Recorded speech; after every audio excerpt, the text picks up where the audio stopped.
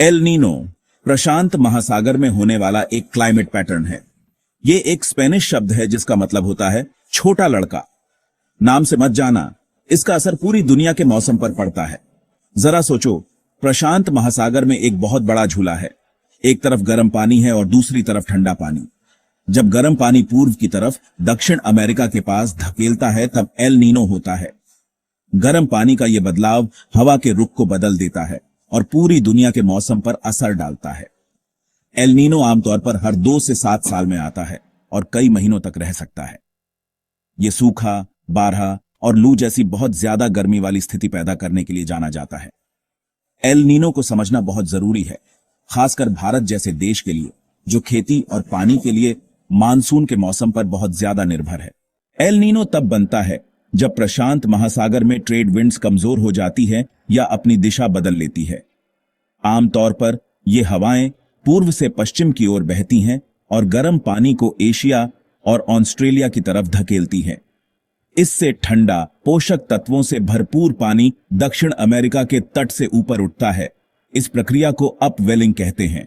हालांकि El Nino के दौरान ट्रेड विंड्स कमजोर हो जाती हैं और पश्चिमी प्रशांत में जमा हुआ गर्म पानी पूर्व की ओर बढ़ता है। ये ठंडे पानी के अपवेलिंग को रोकता है, जिससे मध्य और पूर्वी प्रशांत में समुद्र की सतह का तापमान सामान्य से ज्यादा हो जाता है। समुद्र के तापमान में बदलाव से सामान्य वायुमंडलीय सर्कुलेशन पैटर्न्स बाधित होते हैं, जिससे दुनिया भर में मौसम प्रणालियों में बदलाव आते हैं। एल नीनो का भारतीय मानसून पर बहुत ज्यादा असर हो सकता है। मानसून का मौसम, जो आमतौर पर जून से सितंबर तक चलता है, भारत के खेती उत्पादन और अर्थव्यवस्था के लिए बहुत महत्वपूर्ण है। एल नीनो अक्सर भारत में कमजोर मानसून वर्षा से जुड़ा होता है। मध्य और पूर्वी प्रशांत में समुद्र की सतह का ज्यादा तापमान सामान्य हवा के पैटर्न को बाधित करता है, जो दक्षिण पश्चिम से भारतीय उपमहाद्वीप में नमी से भरी हवाएं लाते हैं। इससे मानसून देर से आ सकता है, कम बारिश हो सकती है और यहां तक कि देश के कुछ हिस्सों में सूखा भी पड़ सकता है। कृषि क्षेत्र, जो भारत की आबादी के एक बड़े हिस्से को रोजगार देता है, एल नीनो के कारण होने वाले सूखे से विशेष रूप से प्रभावित होता है, जिससे फसलें खराब होती हैं और आर्थिक नुकसान होता है। एल नीनो का असर सिर्फ भारत तक ही सीमित नहीं है, यह पूरी दुनिया के मौसम को बिगाड़ देता है। दुनिया के कुछ हिस्सों में एल नीनो ज्यादा बारिश लाता है, जिससे बाढ़ और भूस्खलन होता है। उदाहरण के लिए, दक्षिण अमेरिका के पश्चिमी तट, खासकर पेरू और इक्वाडोर में एल नीनो के वर्षों के दौरान अक्सर भारी बारिश और बाढ़ का सामना करना पड़ता है। दूसरी ओर, ऑस्ट्रेलिया और इंडोनेशिया जैसे देशों को अक्सर क्षण और जंगल की आग का सामना करना पड़ता है।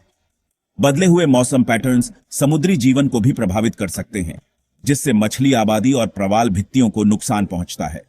एल नीनो सिर्फ मौसम को ही नहीं, बल्कि पूरी दुनिया की अर्थव्यवस्थाओं, कृषि और पारिस्थितिक तंत्र को भी प्रभावित करता है। एल नीनो के कहर से बचने की तैयारी। एल नीनो को समझना और उसकी भविष्यवाणी करना उसके संभावित प्रभावों को कम करने के लिए बहुत जरूरी है। दुनिया भर की मौसम विज्ञान एजेंसियां एल नीनो की घटनाओं का अनुमान लगाने के लिए समुद्र के तापमान और हवा के पैटर्न्स पर कड़ी नजर रखती हैं। पहले से चेतावनी मिलने से सरकारों और समुदायों को संभावित सूखे, बाढ़ और अन्य एक्सट्रीम वेदर इवेंट से निपटने की तैयारी करने में मदद मिलती है। एल नीनो के प्रभाव को कम करने की रणनीतियों में शामिल हैं सूखे को सहन करने वाली फसलों को विकसित करना, जल प्रबंधन प्रणालियों में सुधार करना और आपदा तैयारी योजनाओं को मजबूत करना। एल नीनो के ग्लोबल रीच की जानकारी साझा करने और प्रतिक्रियाओं का समन्वय करने के लिए इंटरनेशनल कोऑपरेशन भी जरूरी है। एल नीनो का भविष्य। जैसे जैसे जलवायु परिवर्तन के कारण हमारे ग्रह का तापमान बढ़ रहा है, वैज्ञानिकों का अनुमान है कि भविष्य में एल नीनो की घटनाएं ज्यादा बार और तीव्र हो सकती हैं। इससे दुनिया भर में मौसम पैटर्न्स, कृषि और पारिस्थितिक तंत्र पर एल नीनो के पहले से ही महत्वपूर्ण प्रभाव और ज्यादा बढ़ सकते हैं। इसलिए एल नीनो के व्यवहार और संभावित परिणामों की हमारी समझ को बेहतर बनाने के लिए इस पर शोध और निगरानी जारी रखना बहुत जरूरी है।